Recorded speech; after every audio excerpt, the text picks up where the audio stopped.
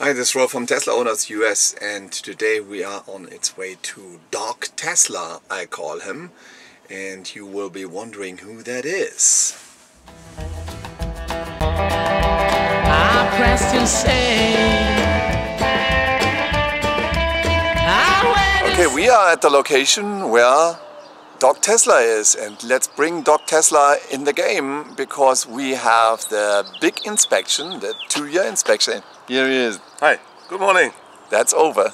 So actually Tesla wants you to have everything when something occurs, that you are registering it, schedule over your phone an appointment, and they repair it. And they repair it right away. Right, if you have only just a small issue on the car, get your app and make an appointment at Tesla. Do not collect all the mistakes or issues. Just if you have an issue, give a shout to Tesla. Yeah, and we might have a couple of issues, and that's why Over is for, and checks out the car, what needs to be done. All right? Okay, let's do it. So this time I do it the other way around. So what Ovi here is mentioning is that in the US there is a lot of stone chipping that hits the front window, and that doesn't look that nice. It's not that much in Germany, but it's a lot in the US that you get a lot of stone chips. And I have, for that purpose, the whole car is foiled. So there is a thick protection, clear foil on the car. Especially that is important when you have solid black color, because there is no clear coat on the black color, because that's one layer paint to be applied, and there is not a dual or multi-layer paint, and that's why a foil is really recommended, or a ceramic coating is really recommended in order to protect the car, because you can have a lot of hits from stones and pebbles throughout the driving. So then we are looking at the rubber sealant in the triangle window. That is a little teasing from Tesla that would need to be reviewed. And he's looking at the Falcon Wing door. A typical thing here, there is also a service bulletin for that this little piece of rubber is pressing on the door entry and is scratching some paint off. That would need to be taken care of. So you can apply some paint or some... this whole entire rubber piece will be replaced. So from total overset, the gaps or the panel gaps are almost perfect on that car. So they really gave me a very good car. It's never be 100% perfect, but it is very close to perfect. He has nothing to complain on that one. So he knows that this is a 5-seater and not a 7-seater. And then he points out the rubber sealant there. This is also kind of a teasing. So you see that the foam is not that thick anymore. It's got flat. And when you look at the sealing, this is the piece of sealing what needs to be replaced as well. So it's not that perfect. On the other side, it's fine. But this side has a little problem. So that needs to be replaced. And then we're coming to the other door. The same problem is at the other door. Here you see the paint is off. And this one is actually not the paint. That is the clear protection film on that one. And here is the same piece. And you see also that's a little bit rough. It's a little bit coming out. And that same piece of rubber would need to be replaced. Then Over explains a little bit in regards to the door alignment and the panel gaps there. Actually, there's a little scratch there on the door, but on total, the panel gaps on this Falcon Wing door is never get any better. There's a little unevenness, but this is within the specs. That looks pretty good there as well. But what is important is for all of the technicians is that this will line up, because that's in the Tesla specification, that the door plugs are fine. So then the mirror is okay. Then he goes around and closes the front, and also he checks on one side is the camera cover on the side fender on the front driver door that is uneven. So yeah, and then there was something what Ove told me as well. That is when you have washed the car, what you should consider after the wash. So what you should consider there is actually you should also take a microfiber cloth and then clean after you're going through the car wash. Clean the car with soft microfiber on the edges, and you see here there's already dirt coming up there, and it really takes you a couple of seconds, but it makes the car much nicer, and you avoid the corrosion what could also happen in aluminum cars or panels, and that's easy to avoid. I do that at the door panels and door sills every time. And then he points out there's a little unevenness through some stones hit the car, pretty heavy hit the car. Yeah, and that is all what Ove found. In total, very well manufactured car. And I thank the guys from Tesla providing me that nice car. And now we are stepping in for a test drive. And there are also some things on the test drive what you should consider. So my car is from the inside white and black, and Ove is doing his notations there.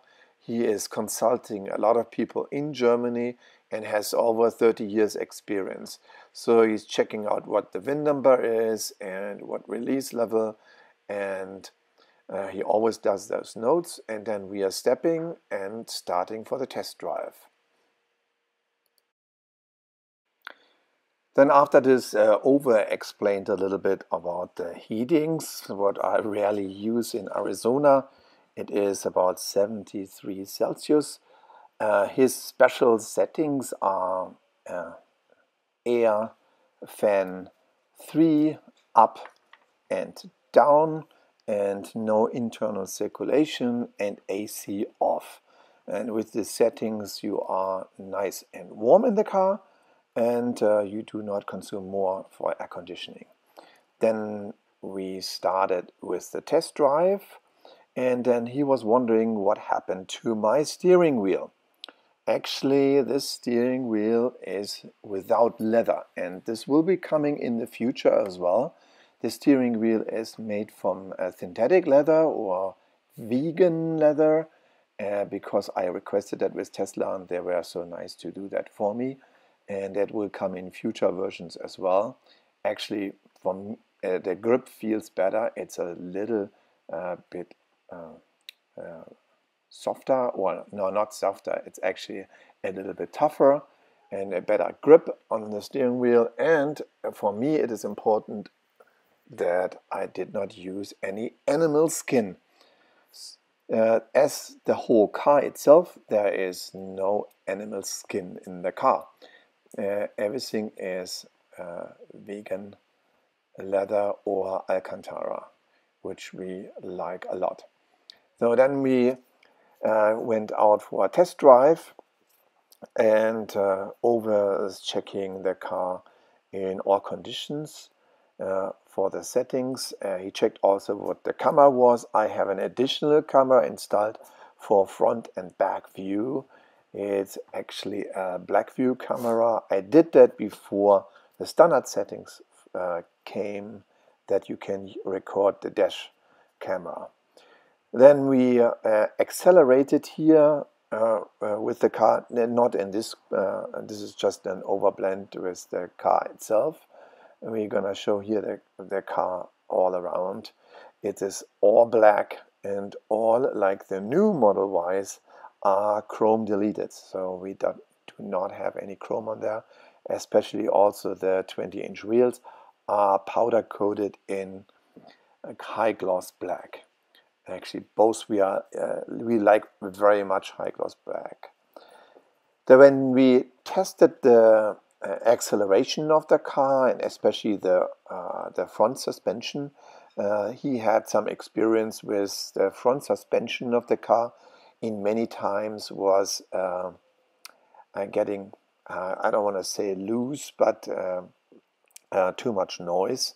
And when he tested the front suspension, there was really nothing to be complained on the front suspension, also at full acceleration.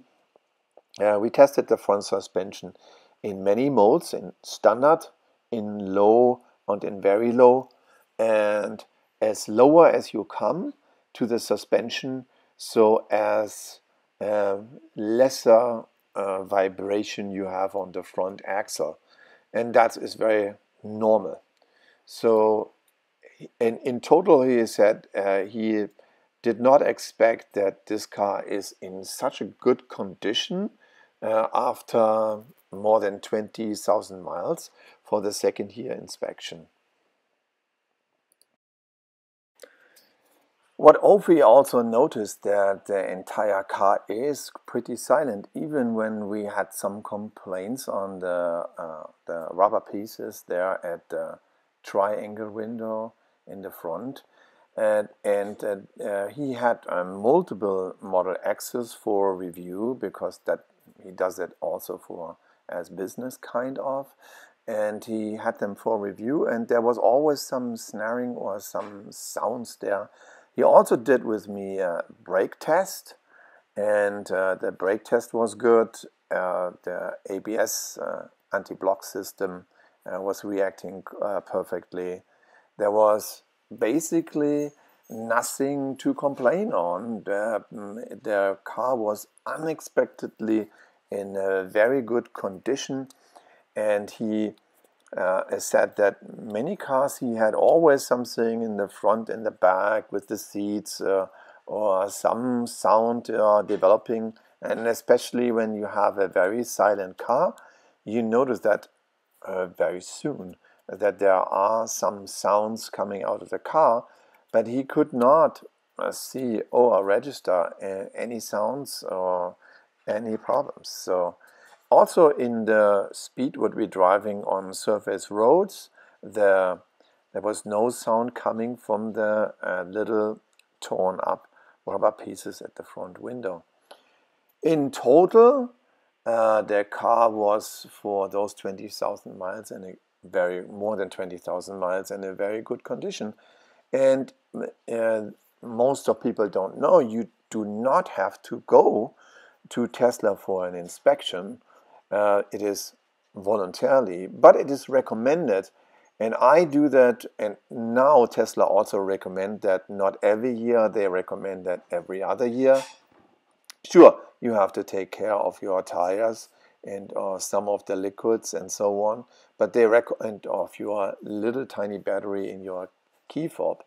But you don't have to go through that. The first annual inspection is a check. The second one is a bigger one, and that car is in front of the second inspection. And in another video, I also will show you how to schedule an inspection. It's super simple made. So you look at the appointment, and you can select a date, and then you bring your car to that time to the inspection. Now, overall, Ove was very satisfied with the car, and even when we might have expected more, or he might have expected more, is what was not the case. What we did not do was lifting up the car and checking the axles and other stuff on the axles there, because it was not necessary. So I said thank you to Ove, to this expert in cars, in overall. He is also dealing with American old-timers in Germany and selling them. He's usually coming twice a year here to Arizona and looking for cars in the US to buy and to transfer to Europe. So we are very happy that the car is in a good condition, and it's now with a small list of items to be checked out from the service center, going to the service center in the Arizona, Tempe. And we say thank you to all of you who are looking, and we give you some more information how all of this was resolved. And bye-bye. Back to the garage. And there is one more thing what I forgot to tell you. And Ove told me that on the way back from the event, but that's what I want to show you. When you look at the main screen, at the MCU screen, there is a yellow edge. It's really difficult to see, especially when it becomes bright, but you see there's a yellow edge. Now the screen went off. Here it comes again. And you see that there is a really tiny yellow edge. And this is a little problem, what can be repaired as well. I think the screen in this case has to be replaced. And this goes back to the manufacturer who produced that screen, and they will replace that screen and you get a new one. For watching, and subscribe to the channel.